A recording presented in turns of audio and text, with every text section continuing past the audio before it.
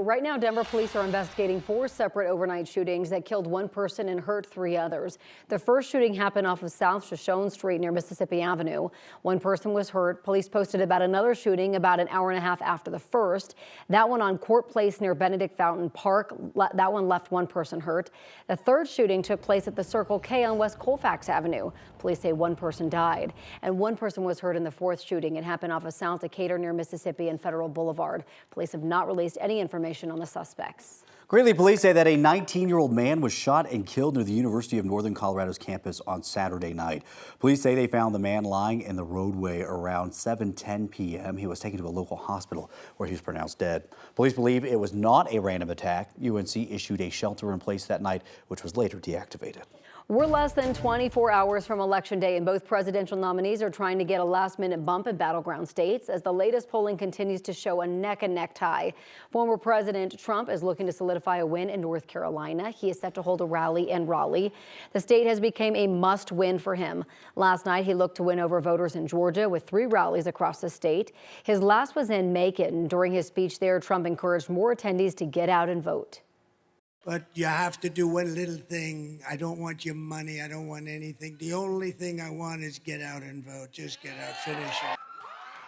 After making an appearance on Saturday Night Live, Vice President Kamala Harris spent the weekend in Michigan, a key battleground state for both candidates. She held a rally in East Lansing yesterday, speaking to young voters at Michigan State University. And we have an opportunity in this election to finally turn the page on a decade of politics driven by fear and division. We are done with that, and we are exhausted with it. Today, she's heading to Pittsburgh to hold a rally the night before Election Day. 3 linked groups have been apprehended for rigging early voting. Well, that is one of many fake videos meant to interfere with our election. This morning, the FBI is warning about these videos generated by Russia. One video is accusing Vice President Kamala Harris's husband, Doug Emhoff, of taking part in the P. Diddy home raids. The FBI posted on X saying that the videos are not real, are not from the FBI, and the content they depict is false. Federal officials warn of other videos linked to Russia that are falsely claiming Haitian immigrants voted illegally in Georgia. The head of U.S. cybersecurity says she's not surprised. This is all about spewing disinformation designed to undermine trust in our elections and to sow partisan discord. And we cannot allow our foreign adversaries to have a vote in our democracy. Federal officials say that they are combating election interference by spreading accurate information and encourage all voters to check the source of these online viral videos. And right now, the race between Harris and Trump is neck and neck. The latest national NBC News poll shows both candidates are getting support from 49% of registered voters so far. 9 News reporter Courtney Yoon joins us live in studio now. And Courtney, this race is head-to-head, and you're breaking down some of the numbers. Yeah, that's right. Good morning, Jordan and Corey. According to this NBC poll from Sunday, only 2% of voters say they're unsure about who they're going to vote for right now. More than 76 million registered voters have already cast their ballot early or by mail so far in this election. One of the defining features of this election is the enormous gender gap between Harris and Trump. Women are supporting Harris by a 16-point margin, and men are backing Trump by 18 points. This poll also shows that 54% of registered voters say they've already cast their ballot. Another 11% say they plan to vote early. Among the combined 65% of early voters, Harris leads Trump by 7 points. That's a lot lower than Biden in 2020, who was ahead by more than 20 points among these voters. Among the 33% who say they'll wait until Election Day to vote,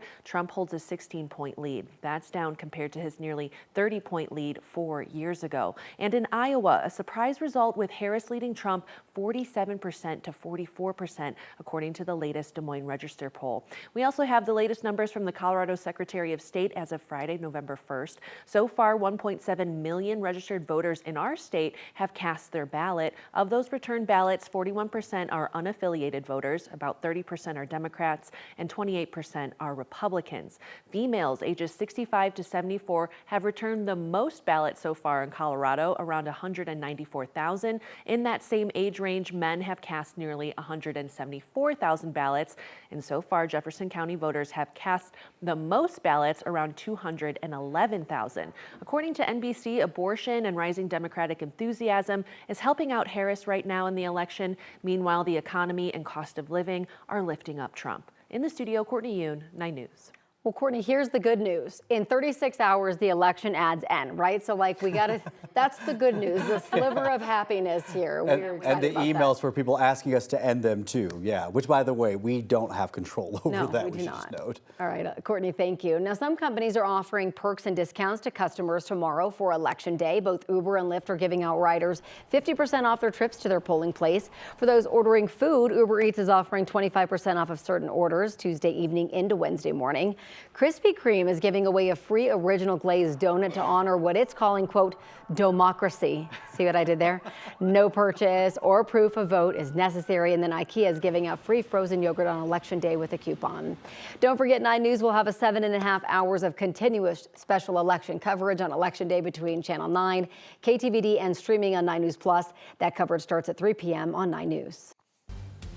Well, we've issued a weather impact day for today for mainly the foothills and mountain snowfall. Now, in the Denver area, yes, it's lightly snowing out there. It is very low impact for us, below 6,000 feet in elevation. Where we're seeing the main impacts, it's above 6,000, really above 6,500, 7,000 feet. You get into the mountains, you get into the foothills, that's where we're seeing some of the more significant snow, and that's where you're probably looking at a slick drive. But for most of the metro area this morning, those roads are just wet.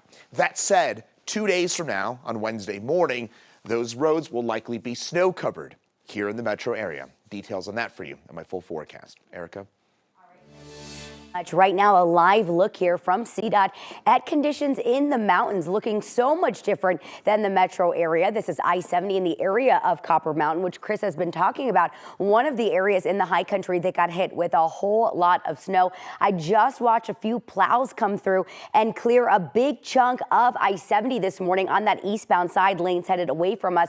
So it's looking a lot clearer, but you can see that thick coating of snow on the westbound side. Of course, crews are working to clear things and improve conditions. We do, of course, as well have active chain and traction laws for the I-70 mountain corridor between Georgetown and Vail. So just please be careful as you get ready to travel that way.